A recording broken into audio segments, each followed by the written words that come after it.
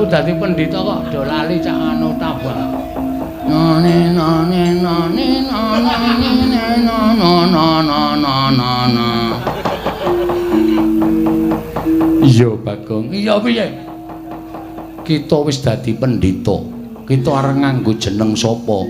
Iki kalih maca cara Hongkong. Iya, mapan kita pendhita Tanah Sabrang. Wis nganggo jeneng sak-sake wae waton kelakon sedane. Kula ajeng nganggo jeneng peparab Begawan Liceng Suwi. Iya. Sakarep kita. Kula tak munggah teng daratan nyaketi negara Ngastina. Ha ya. Iya. Sakarep kita Ponokawan Bagong.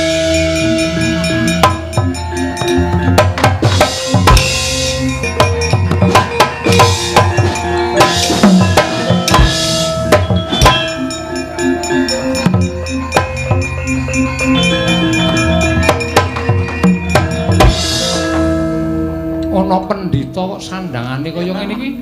Yayaan pendhitane. Ana siapa apa? Sabta cihah kok iki.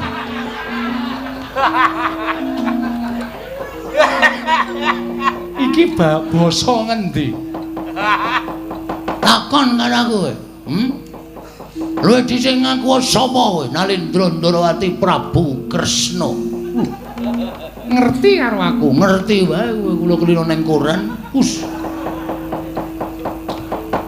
Kowe sapa? Pandhita Klyang Kabur Kanginan. Tiba saka tanah Kamboja.